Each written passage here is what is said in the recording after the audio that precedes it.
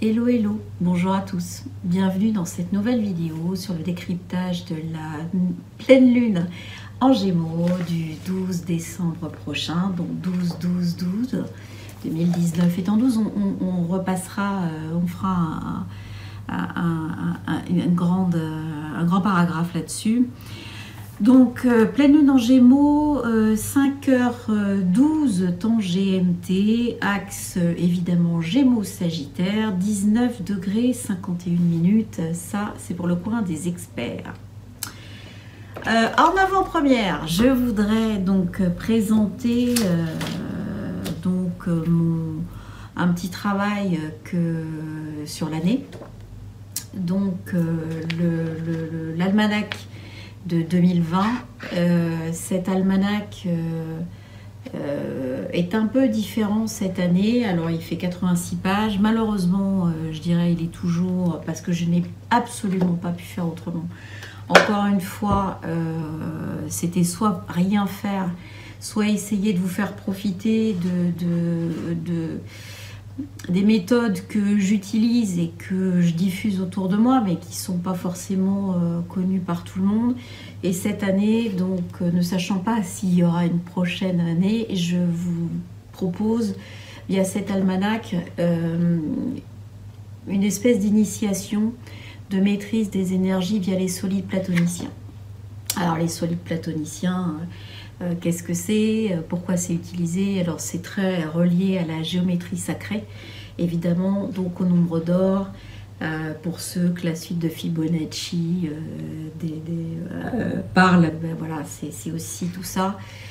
Ça permet donc évidemment, le nombre d'or, vous le voyez, et notamment cette fameuse suite de Fibonacci dans la nature, quand vous avez des fleurs, etc., etc.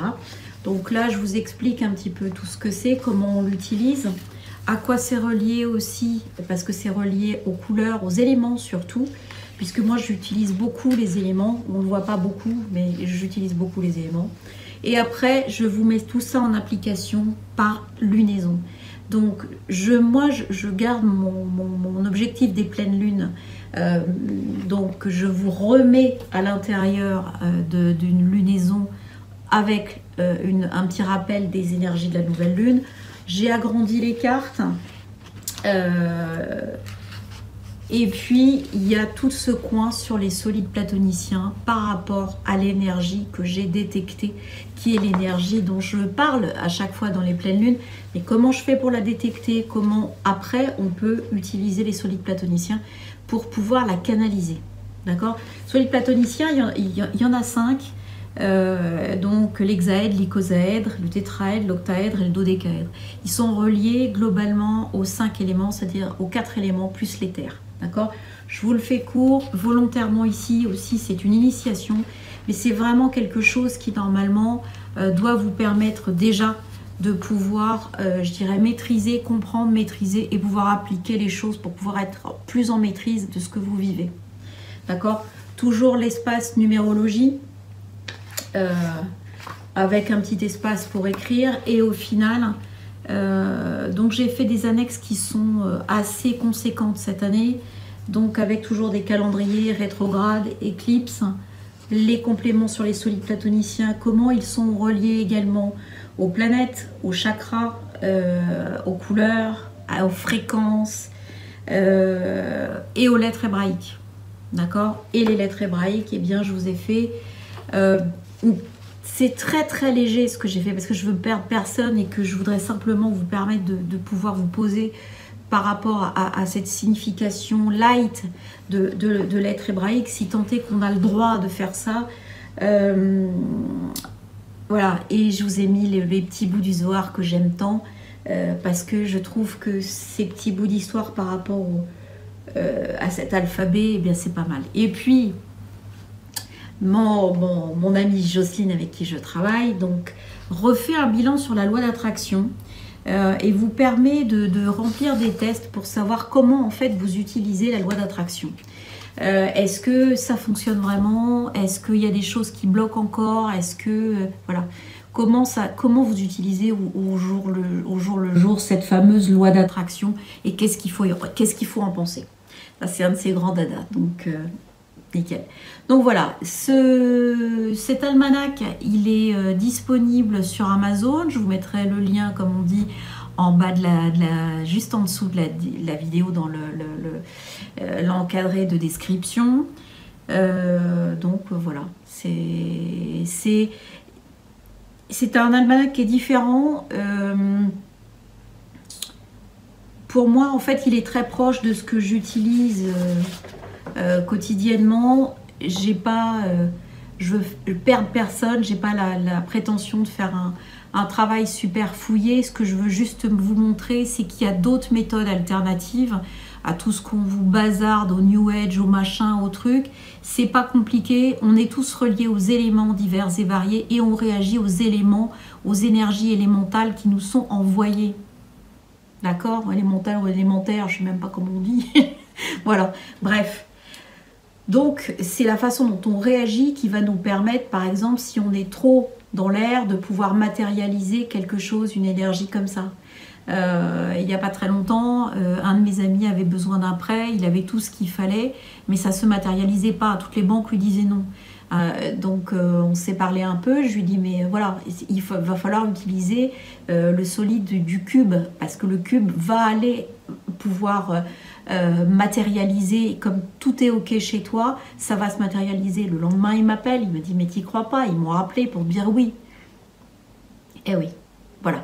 C'est ce genre de choses. Alors, je ne vous dis pas que ça marche comme ça à tous les coups.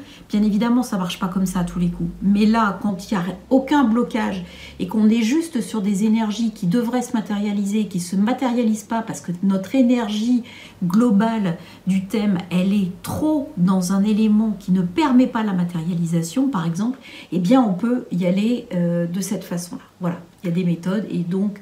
Voilà, j'insiste aussi sur les méditations, qu'elles soient justement pour pouvoir les utiliser. Méditation individuelle, méditation collective. Aujourd'hui, on le sait, ça va être compliqué d'interférer dans les choses sans méditation. Allez, j'arrête là pour mon travail et on commence avec la pleine lune du 12. Qui fait partie évidemment d'un cycle, puisque une pleine lune tout seul, ça veut absolument rien dire. La pleine lune toute seule, elle porte juste en elle ce qui a été initié par la nouvelle lune d'avant. Et la nouvelle lune d'avant, elle parle d'une nouvelle lune en Sagittaire. Donc cette nouvelle lune en Sagittaire, c'est une nouvelle lune qui a été, qui est importante. Pourquoi ? Parce que vous savez que Jupiter est passé, donc là on doit être le 6, c'est la Saint-Nicolas. Il est passé, dans la nuit du 2 au 3, il est passé en Capricorne, on l'a senti d'ailleurs, on a eu une vague de froid immédiate. Donc on a, comme je vous le disais, un changement énergétique immédiat. Jupiter qui est dans un signe de feu, en Sagittaire, etc., qui s'agite, qui s'expanse, qui machin, qui fait qui a ce phénomène de dilatation, il va passer en Capricorne et instaurer un mécanisme de contraction. Dans nos vies, dans l'univers, etc., le mouvement est initié par ces vagues de dilatation et de contraction. Sinon, tout serait complètement inerte. D'accord? C'est ce qui nous permet d'initier cette roue qui tourne, donc cette roue de fortune, etc., etc. Par exemple, elle n'est pas le balancier, c'est cette contraction qui va permettre de pouvoir avancer, qui va pouvoir permettre de changer la donne, changer les éléments. Alors cette nouvelle lune en Sagittaire, elle parlait de quoi? Alors une nouvelle lune en Sagittaire, on sait, ça parle toujours d'expansion, de liberté, d'enseignement, d'études, de rapport au corps, de voyage, de rapport au matériel aussi, beaucoup, puisque Jupiter, il aime ce qui croît. Ce qui est dans la matière qui va vraiment s'expandre, d'accord? Donc on est vraiment là-dedans avec quelque chose qui va pousser à pouvoir, je dirais, aller toujours de l'avant. D'autant que Jupiter, à ce moment-là, il est encore lui-même dans son signe, donc il va y avoir une espèce de dernier choc de feu pour pouvoir aller vers voilà, les idées, etc. Jupiter en Sagittaire, avec cette nouvelle lune, c'est les idées, voilà. On arrive au terme d'un cycle qui va pouvoir générer les projets qui sont en gestation, etc., vont arriver avec Jupiter qui va passer en Capricorne, comme on le voit, dans une phase de concret, dans une phase de matérialisation possible, dans une phase plus lente, plus froide, plus dépouillée. On va arriver à quelque chose qui, néanmoins, au niveau de l'essence, va pouvoir commencer à germer. On va être dans une période d'hiver, d'accord, Jupiter qui passe en Capricorne, il passe dans un signe d'hiver et de terre, et donc en fait, ben là, voilà, c'est comme si toute cette énergie venait d'être plantée, et donc on va pouvoir assister à une matérialisation. Donc cette nouvelle lune en Sagittaire, elle porte un certain nombre d'éléments, notamment une belle conjonction de Jupiter avec Vénus qui est déjà passée en Capricorne, donc quelque chose qui est un regard vers, je dirais, une certaine légalité hein, de ce qui est affectif. Donc on va chercher tout ce qui est posé, tout ce qui est droit, tout ce qui n'est pas trop rapide. On va voir les choses et on va aimer ce qui va durer. D'accord ? Donc il y a une certaine forme aussi vis-à-vis de Vénus, c'est pas la petite Vénus en Gémeaux qui va papillonner. Là on est sur quelque chose, une Vénus qui va vouloir aimer ce qui est durable, ce qui va être peut-être parfois bienveillant aussi, qui va vouloir asseoir doucement, qui va vouloir comprendre, etc., etc. Donc tout ça c'est quelque chose qui va être très... au fur et à mesure, qui va ramener des choses, mais cette conjonction, elle va aussi commencer à poser une espèce d'énergie qui nous dit attention, il faut qu'on prenne soin de nous dans le long terme. D'accord ? Voilà. Donc on a une autre, je dirais un autre aspect qui est assez important dans cette nouvelle lune qui est portée, c'est Uranus qui est opposé à Mars. Alors Uranus est toujours en Taureau, donc opposé à Mars en Scorpion.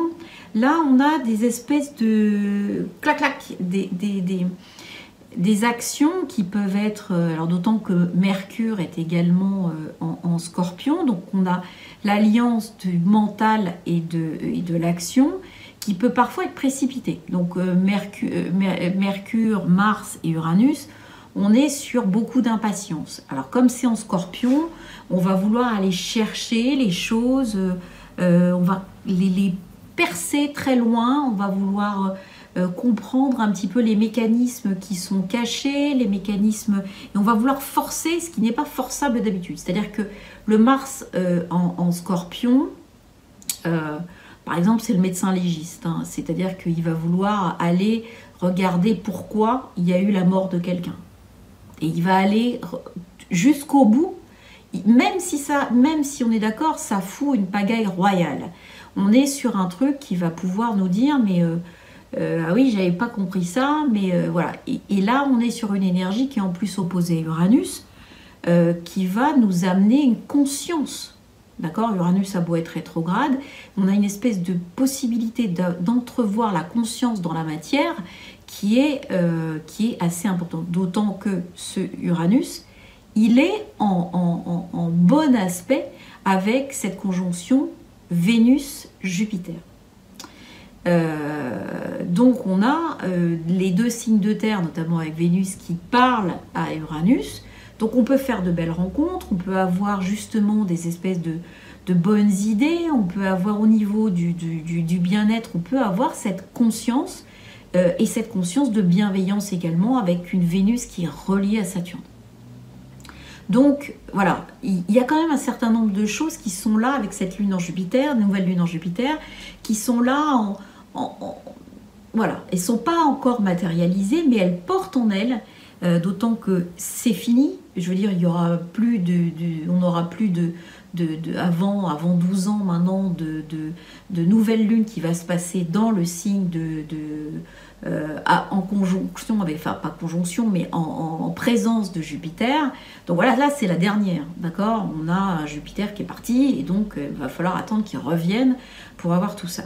Donc ça veut dire que vraiment on est sur un truc qui se bascule en fait. Et vous allez voir que dans cette lunaison, on a plein de petits points qui nous montrent qu'on est sur le point de basculer vers quelque chose. Alors, c'est pas qu'on bascule à l'insu de notre plein gré, il faut vraiment comprendre ça, c'est-à-dire que ce qu'on nous envoie, ce sont des énergies qu'on nous propose. C'est-à-dire qu'elles sont là globalement à disposition. Donc, on peut les utiliser ou on peut les subir. Si on les subit, l'idée c'est qu'on ne soit pas dans des fréquences trop basses pour pouvoir les subir sur la mauvaise voie, dans la mauvaise façon, et finalement à ce qui nous arrive, quelque chose qui est de l'ordre de clac-clac de cette opposition en Mars-Uranus, donc avec des gens par exemple en voiture qui vont doubler, etc. On n'a pas vu et hop, on arrive dans cette énergie et finalement ça nous renvoie sur un accident. Donc on est vraiment là en train de pouvoir porter avec nous des énergies qu'on va mettre en terre pour les planter. Donc cette énergie de nouvelle lune en Sagittaire va se transformer en pleine lune en Gémeaux. Hein, le signe opposé, je vous rappelle, du Sagittaire, c'est le Gémeaux. Alors, cette pleine lune, je dirais que une lune en Gémeaux, elle est habituellement très vive, très volatile, très, comment dire, on a une façon de voir les choses qui est très peu profonde, qui va aller picorer beaucoup de choses, qui va aller voilà, qui va aller beaucoup parler, beaucoup le théâtre, beaucoup de rencontres, beaucoup de choses comme ça, des choses multiples aussi, hein, une lune qui est déjà quelque chose qui est un fond de groupe, qui en plus en Gémeaux va amener forcément une multiplicité des choses, d'accord? Alors, c'est ça aussi qu'on voit dans, malheureusement, les problèmes climatiques. C'est-à-dire que là, cette lune en Gémeaux, elle porte, et nouvelle lune en Sagittaire, qui est aussi un signe mutable, porte évidemment des énergies multiples. Donc, quand on voit qu'on s'est fait inonder une fois et une deuxième fois, voilà, on est bien dans un signe double. D'accord? Ça, voilà, c'est les choses à comprendre. D'accord? Ça reste basique, mais malgré tout, un signe mutable reste un signe mutable. C'est-à-dire qu'il ne va jamais faire comme un signe fixe, comme le scorpion ou le lion, vous amener un truc unique. Voilà, Gémeaux, Sagittaire, Vierge, Poisson, c'est toujours la poignée de trucs. Hein. C'est pas... voilà, c'est il y en a plusieurs. Bon. Donc cette lune en Gémeaux, elle est également sous la gouvernance de Mercure. Mercure, les voyages, le commerce, les relations, les études, la parole, etc., etc. Sauf que Mercure, lui, il est passé entre la nouvelle lune et la pleine lune, il est passé de Scorpion en Sagittaire. Donc cette lune qui est venue de la nouvelle lune en Sagittaire se retrouve encore sous une domination finalement Sagittaire, puisque Mercure, qui est son maître, est en Sagittaire.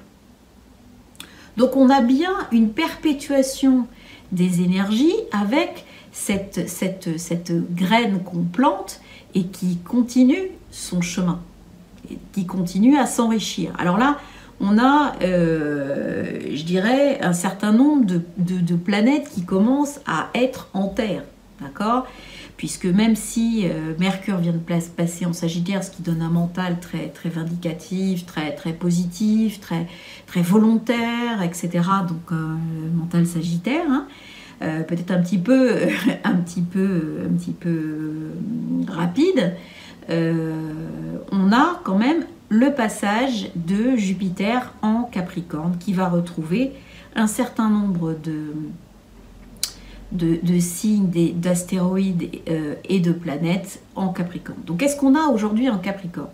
On a Jupiter, on a l'astéroïde Phobos qui est le sens du service, on va dire, le service plus, puisque lui va jusqu'à une certaine forme de sacrifice, d'accord? On a le nœud sud je dirais, de la collectivité.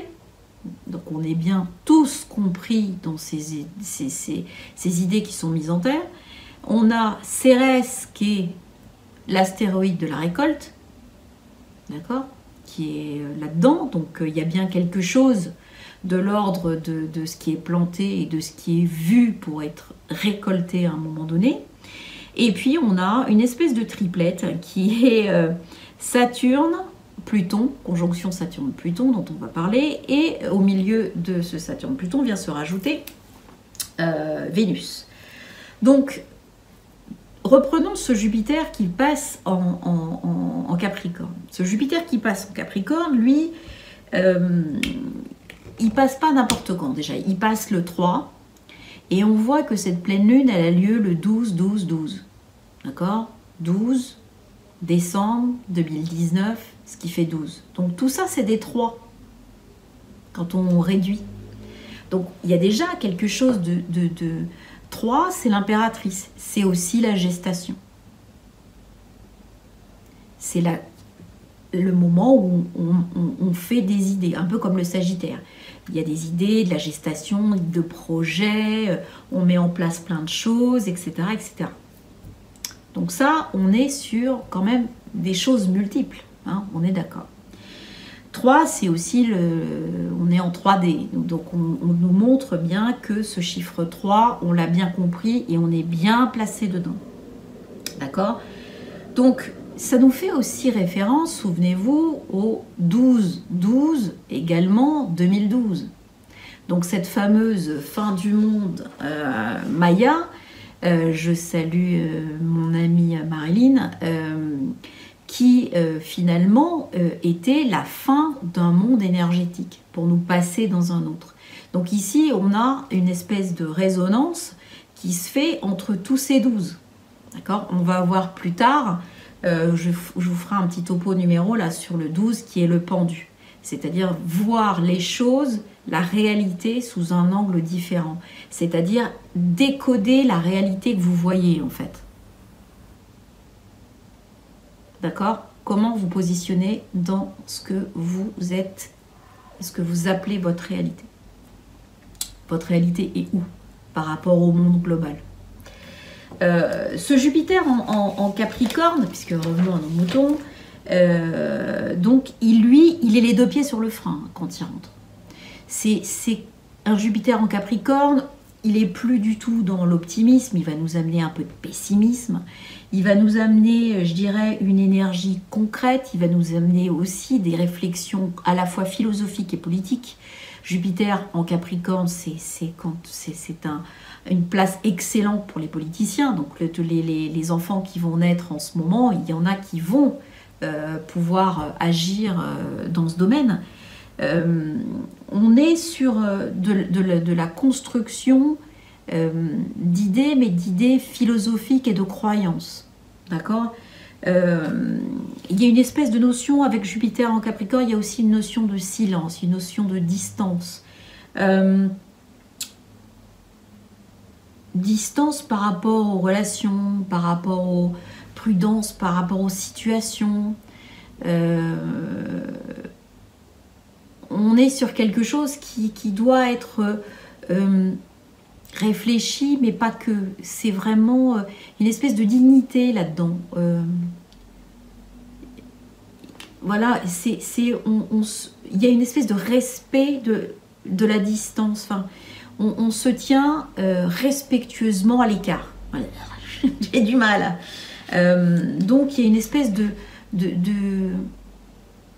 finalement là-dedans ça introduit aussi une espèce de sélection, j'allais dire de tri sélectif, mais là c'est mon métier qui repasse dessus. Non, c'est plutôt un choix. Le choix de ne pas se mêler, le choix au niveau social de n'avoir que des... de ne pas intervenir vraiment avec la base, avec tout, sans... Voilà, on est vraiment sur quelque chose qui peut formater une période où finalement il y a une certaine distanciation avec la politique. Mais il peut y avoir aussi des énergies de mise en terre de nouvelles politiques. D'accord ? Donc ces planètes en terre, elles sont aussi également, ce Jupiter, il n'est pas tout seul à être en terre, puisqu'il va être bien relié à Uranus, qui est en taureau, au démarrage du taureau, et donc qui va lui amener également cette possibilité de développer de nouveaux systèmes. Jupiter, lui, appelle la politique, les nouvelles idées, et Uranus lui donne les nouvelles technologies qui vont aller avec la Terre. D'accord ? Donc ça, c'est assez intéressant.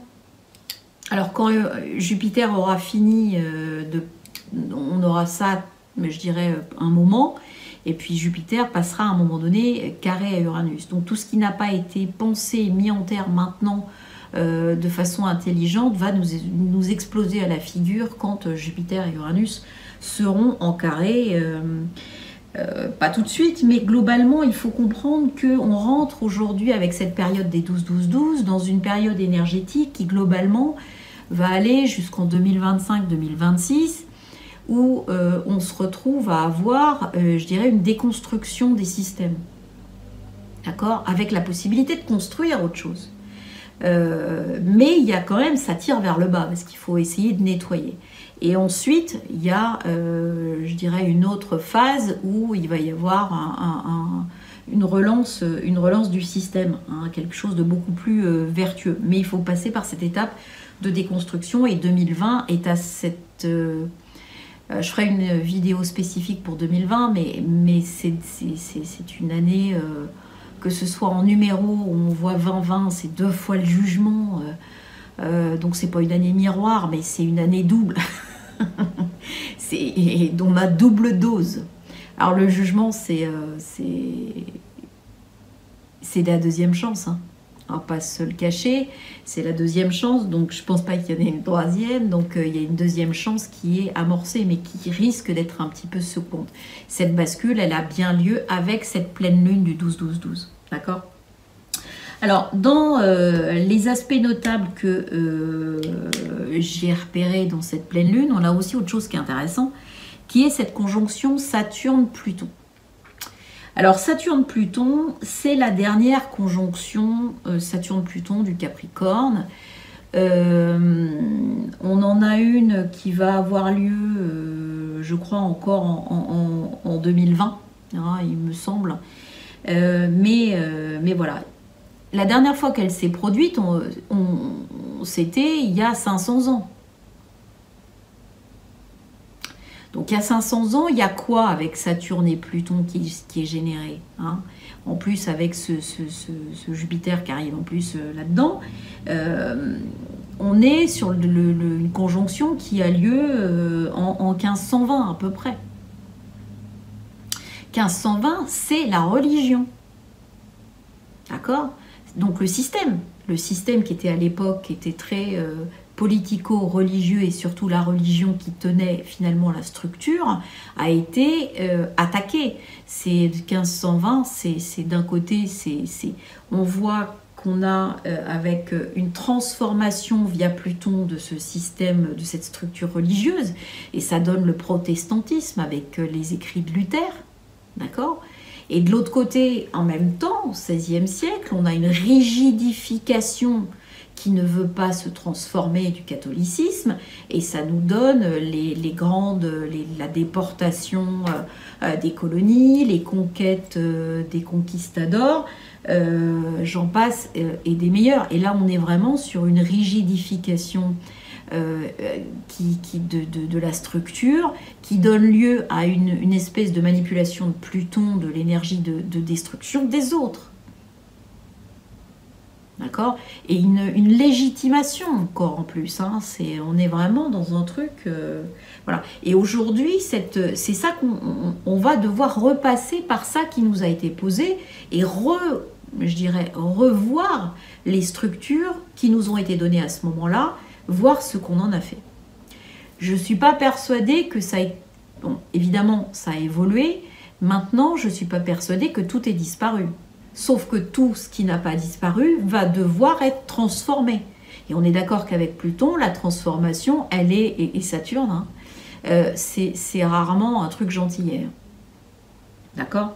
Donc, il y a des gens, parce que ça va passer d'abord par l'individuel, qui sont liés à ces déportations, d'accord, des familles qui ont tiré des fortunes personnelles de la construction de bateaux, etc., le trafic, enfin le trafic, on va dire les comptoirs de canne à sucre et d'épices, et voire de coton avec évidemment toute la main-d'œuvre que on s'est cru autorisé à pouvoir utiliser, en légitimant évidemment, en prenant en plus des textes bibliques et en les manipulant encore une énième fois, parce que depuis le choix des évangiles qui sont ceux-là, et avec lisez à un moment donné dans votre vie, quand vous aurez le temps, lisez les évangiles apocryphes. C'est quelque chose d'édifiant, les évangiles apocryphes, qui donc ont été écartés. On a dit, bah, les évangiles, qu'est-ce qu'on choisit finalement pour construire notre religion? Et donc on a écarté tout un tas de livres qui n'allaient pas dans le même sens. Parenthèse terminée. Donc cette conjonction Pluton-Saturne, c'est une destruction des structures. C'est une destruction des structures physiques, matérielles, osseuses, de pierres, de ponts, je ne sais pas comment dire, économiques. Tout ce qui peut être assimilé à une structure qu'on trouve dure, hein, peut être aujourd'hui transformé, manipulé et déstructuré complètement, voire complètement transmuté, hein, en autre chose. Cette conjonction Saturne-Pluton sont des planètes dites transpersonnelles, donc c'est du collectif. Bien sûr que ça va jouer sur de l'individuel, mais c'est aussi du collectif, il faut pas se le cacher. Dans cette conjonction arrive une petite planète, toute douce normalement, et qui s'appelle Vénus. Donc elle vient se joindre. Le jour, donc parce que Vénus est quand même une planète, elle pour le coup, personnelle, et c'est une planète rapide. Donc elle vient malgré tout se joindre à cette conjonction. Et donc elle affirme cette volonté, comme on l'avait vu déjà pour la nouvelle lune, de donner d'adoucir, de donner un sentiment de plus de bien-être, de pouvoir amener aussi une conscience de ce qui est de ce qui est humain, de ce qui est doux, de ce qui est... voilà. Alors ça peut aussi donner d'autres interprétations et d'autres formes à la matérialisation de cette énergie. C'est-à-dire que ça peut permettre également d'avoir des choses qui sortent au niveau, je dirais, des femmes. Alors on voit beaucoup en ce moment de choses sur les droits des femmes, etc. Là, on peut être carrément sur quelque chose qui peut être traumatisant pour une femme ou pour plusieurs et qui va être complètement détruit. Alors, ça peut être des réseaux, on peut apprendre qu'il peut y avoir des choses qui sont gérées par des femmes. On peut apprendre que on a finalement une affaire énorme qui tombe, qui était gérée par des femmes et qui peut provoquer, je dirais, une espèce de prise de conscience il faut modifier malgré tout aussi un certain nombre de structures dans le féminin et que voilà, tout doit être passé au crible, hein, pas simplement une chose, voilà. Donc il peut y avoir voilà, des choses qui sont aussi liées à l'art, des choses qui sont aussi liées à la terre, des choses qui sont aussi liées au bien-être. Voilà, c'est l'essence de Vénus. Maintenant, au milieu d'une conjonction comme ça, elle va forcément venir adoucir un peu. D'accord? Ce qui peut se passer, parce que ça peut être extrêmement trash, bon, même si là, il n'y a pas d'effet de dissonance sur cette conjonction, ça peut quand même être, malgré tout, assez trash. Donc, voilà, on est sur vraiment un certain nombre d'aspects qui apportent, hein, on voit Jupiter, Uranus, donc on matérialise des choses, on les met en germe dans notre terre, et puis maintenant, on a ce point de bascule énergétique. D'accord? Ce point de bascule énergétique qui aussi, je dirais, est activé par, on a un superbe trigone Neptune-Mars, qui est l'idéal. Aujourd'hui, toutes les grèves, etc., qui peuvent voir le jour et qui peuvent se développer, elles seront sous elles peuvent attraper, on va dire, une énergie qui peut donner un combat pour un idéal.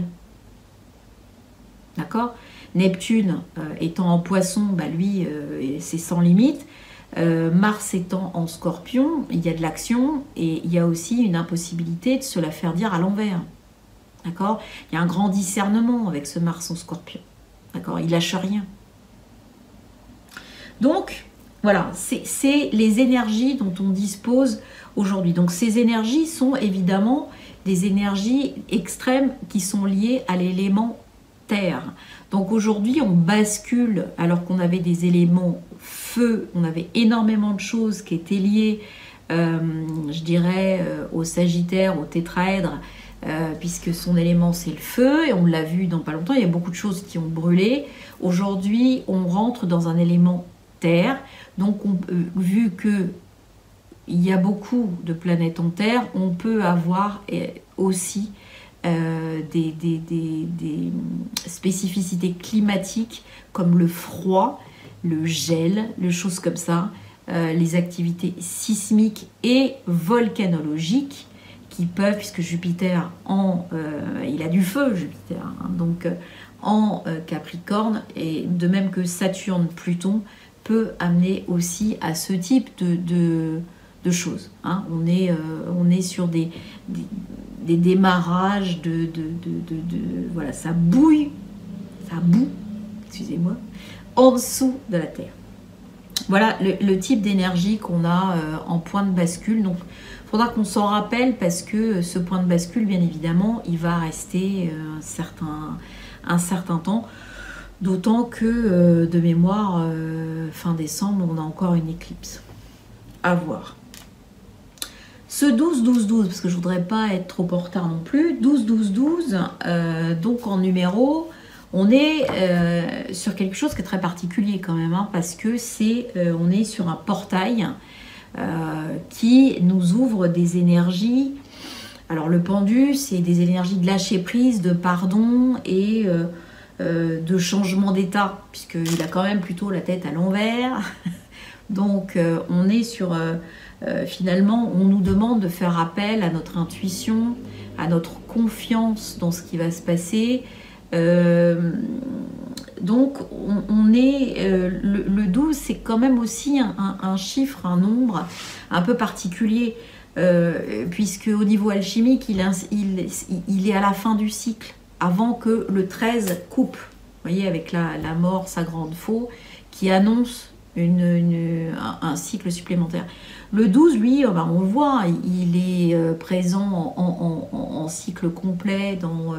Vous avez 12 heures, 12 mois, 12 signes du zodiaque, les 12 travaux d'Hercule, 12 lunaisons, les 12 titans, effectivement, qui sont engendrés aussi par Gaïa et Uranus. donc qui sont les dieux de l'Olympe, hein, les 12 apôtres. On a des choses qui sont très... voilà, qui sont fermées en fait avec ce 12. D'accord? Et donc, aujourd'hui, on est sur ce point de bascule qui dit 12, 12, 12. 3 fois 12. Encore un 3. Ce pendu, lui, il va nous amener à penser autrement. C'est-à-dire que le pendu, sa principale activité, c'est de regarder à l'envers, sans pouvoir bouger. Il a les pieds, il est pendu par un pied, il a les mains attachées dans le dos.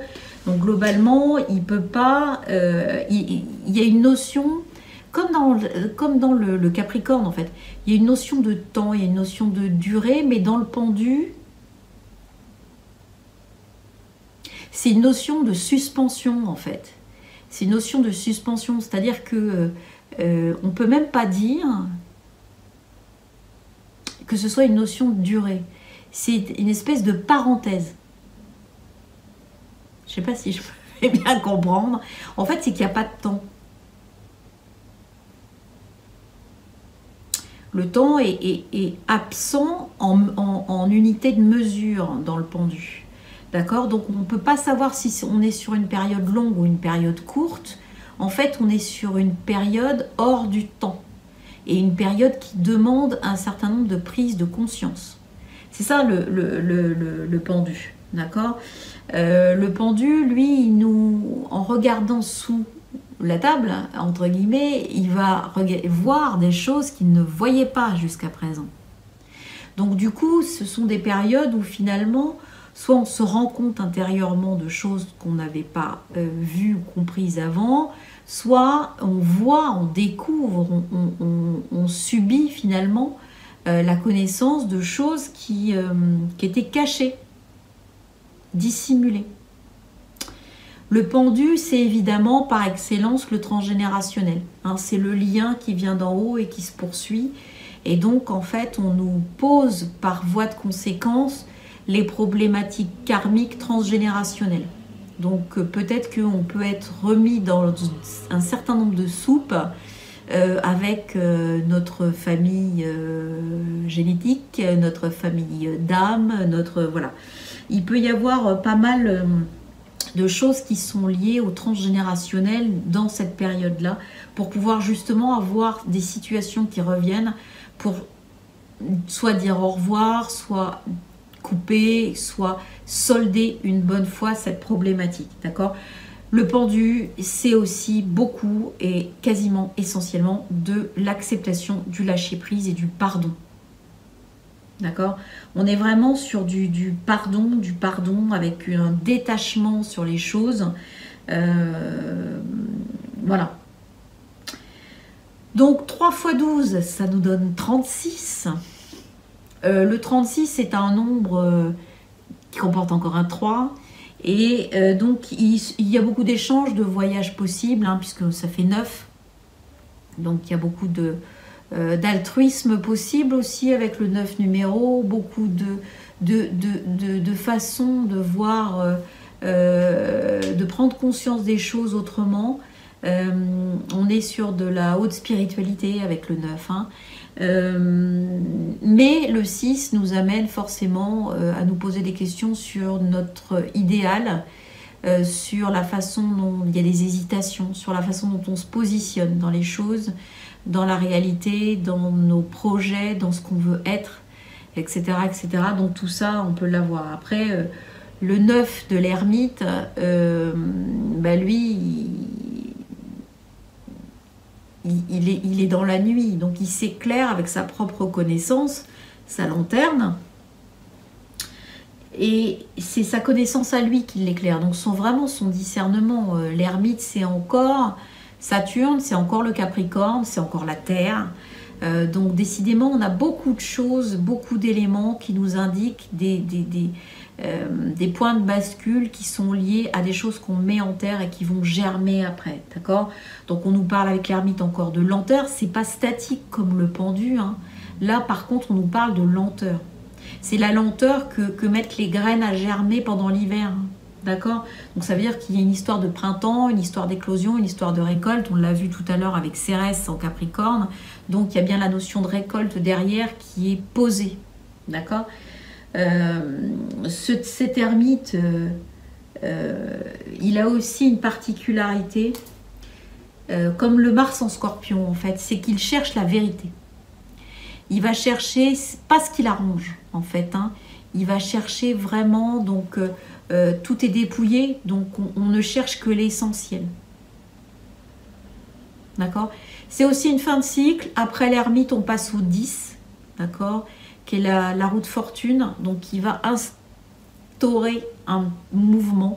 Donc on est bien dans cet esprit d'expansion, contraction que nous montre Jupiter quand il passe du Sagittaire en Capricorne. Donc on est vraiment là-dessus. Voilà, donc cette pleine lune, pour moi, bah, c'est le point de bascule énergétique de l'année 2019. Hein, rien que ça. Elle est très importante, je vous dis, dans les énergies qu'elle porte en elle, qui sont des énergies qu'on n'utilisera pas forcément maintenant, mais qui vont être des énergies qui nous proposent justement un travail sur nous-mêmes, un travail collectif surtout. D'accord? Tout ça, c'est du collectif qui doit nous permettre de rebâtir finalement une nouvelle société, qui doit nous permettre d'aller ouvrir le champ des possibles sur autre chose. D'accord? Voilà, ben, je ne veux pas me dissiper, me disperser, etc., etc., comme la lune en Gémeaux. Je vais en rester là. C'était la dernière pleine lune de l'année.